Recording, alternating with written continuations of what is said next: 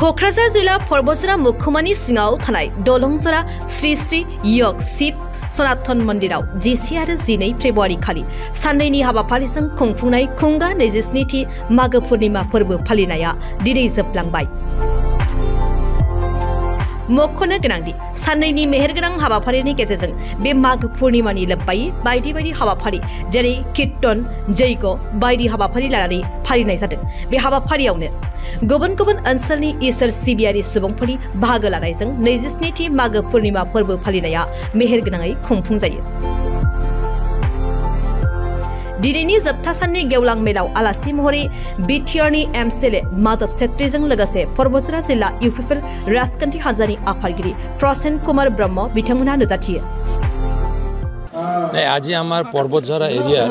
দলংঝৰা যে এটা ঠাই ইয়াত শিৱ সনাতন যে আমাৰ ধৰ্ম সভাবিলাকে বা সমিতিয়ে যে এটা মাঘী পূৰ্ণিমাৰ দিনত তেখেতসকলে যে এটা প্ৰগ্ৰামটো ইয়াত আয়োজন কৰিছে ইয়াত তেখেতসকলে মোক মাতিছে তেখেতসকলৰ নিমন্ত্ৰণটো স্বীকাৰ কৰি মই ইয়াত আজি উপস্থিত হৈছোঁ। মই প্ৰথমবাৰৰ বাবে মই ইয়াত আহিছোঁ। ইয়াত আহি দেখিছোঁ বহুত আমাৰ তেনেকৈ হেৰিটেজবিলাক আছে যিটো আমি আজিলৈকে চৰকাৰৰ চকুত ইয়াত পৰা নাই। তো মই বিশেষকৈ এই ঠাইৰ ৰাইজক উদ্দেশ্যে মই দুই এটা কথাটো ক'লোঁ মোৰ ভাষণত, মানে এই ঠাইটো ডেভেলপ কৰিব লাগিব আৰু ৰাস্তাটো মই দেখিলোঁ ৰাস্তাটো বহুত মানে দুৰ্গম এৰিয়াৰ পৰা এৰিয়া হিচাপে ৰাস্তাটো ইমান ভাল নহয়, ৰাস্তাটো বনাব লাগিব আৰু যিসকল এই ঠাইটো ডেভেলপ কৰাৰ বাবে যিবিলাক মানে অসুবিধাবিলাক আছে এই সকলো ক্ষেত্ৰত চৰকাৰৰ পক্ষৰ ফালৰ পৰা মানে পৰ্যায়ক্ৰমে আমি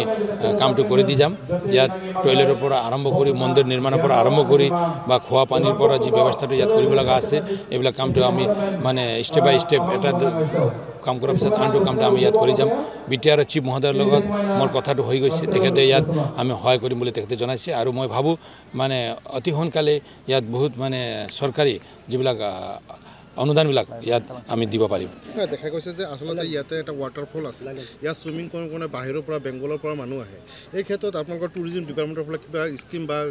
লোৱা হ'ব নেকি? আচলতে এইটো মই চাইছোঁ আজি এইবিলাক সকলো মই চাইছোঁ। এতিয়া চোৱাৰ পিছত মই কমিটিৰ আমাৰ নেতৃত্বসকলক কৈছোঁ আৰু আমাৰ দলৰ কৰ্মকৰ্তাসকলক কৈছোঁ, তেখেতৰ লগত লৈ বিটিআৰ চিফ আৰু ডিপাৰ্টমেণ্টৰ কোন ডিপাৰ্টমেণ্টক ইয়াত কেনেকৈ মানে আমি ক'ব লাগিব এইটো আমি পিছৰ পৰ্যায়ত ক'ম। মানে ইয়াক বনাব লাগিব মূল উদ্দেশ্য এইটোৱে। আৰু আমি পোনপ্ৰথমেই সকলোকে আমি ধন্যবাদ জ্ঞাপন কৰিছোঁ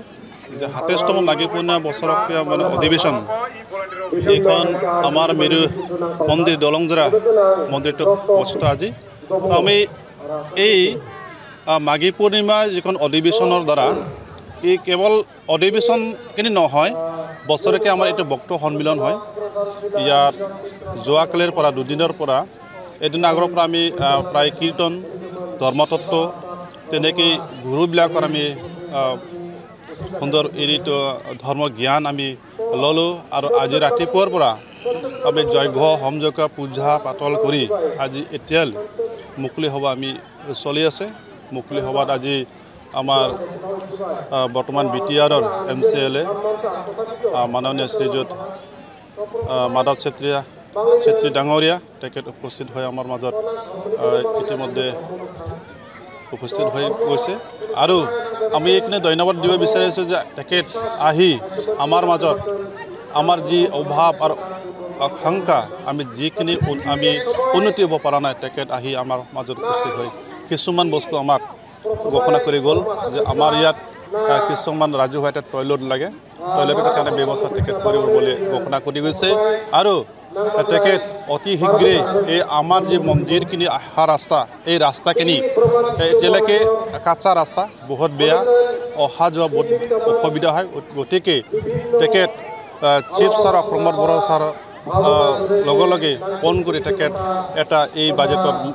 দৌৰি দিম বুলি তেখেত আমাক মানে আজি কথা দি গৈছে। আৰু এটা আমাৰ এই মেৰু মন্দিৰ এতিয়ালৈকে আমি ভাল এটা মন্দিৰ আমি নিৰ্মাণ কৰিব পৰা নাই, গতিকে আমি ভক্তসকলে এটা কষ্টমতে এটা নিৰ্মাণ কৰি আছোঁ, কিন্তু এতিয়ালৈকে আমি সম্পূৰ্ণ কৰিব পৰা নাই। আৰ্থিক অৱস্থা আমাৰ ভাল নহয় এইটোৰ কাৰণে তো গতিকে চিফ ছাৰৰ তেখেত কণ্টেক্ট কৰি এইখিনি কথা অৱগত কৰিছে যে তেখেত চিফ ছাৰে প্ৰমোদ ছাৰ ডাঙৰীয়াই যে নিজৰ ব্যক্তিগত বা চৰকাৰ তৰফৰ পৰা তেখেতসকলে আমাক অনুদান দিব বুলি ঘোষণাও কৰিছে তো আমি এই মিডিয়াৰ থ্ৰুৰ পৰা আমি চিফ ছাৰক আমি ধন্যবাদ জ্ঞাপন কৰিছোঁ আৰু আজি আমাৰ মাজত উপস্থিত হোৱা আমাৰ চিফ গেষ্ট হৈ মাধৱ চেত্ৰী ডাঙৰীয়াক ধন্যবাদ জ্ঞাপন কৰিছোঁ আৰু সকলো ভক্ত ৰাইজ সকলোকে ধন্যবাদ জ্ঞাপন কৰিছোঁ আৰু আমি এই মাঘী পূৰ্ণিমা ভক্ত সন্মিলনৰ দ্বাৰা আমাৰ যিটো কুল ধৰ্ম বেছিযোগ ধৰ্ম এই ধৰ্মখিনি আমি আমাৰ যেনেকৈ প্ৰতিটো ধৰ্ম যেনেকৈ নিজস্ব জাতি স্বধৰ্মত যেনেকৈ জিলিকি উঠিছে যেনেকৈ যি আছে আমি আৰু যুগে যুগান্তলৈকে আমাৰ আই ঋষিযোগ শিৱ সনাতন ধৰ্মটো আমি জীয়াই ৰখাৰ চেষ্টা কৰিছোঁ নিজৰ জাতিৰ কলা সংস্কৃতিলৈ আমি সকলোকে আগবাঢ়ি লৈ আমি জীয়াই ৰখাৰ চেষ্টা কৰি আছোঁ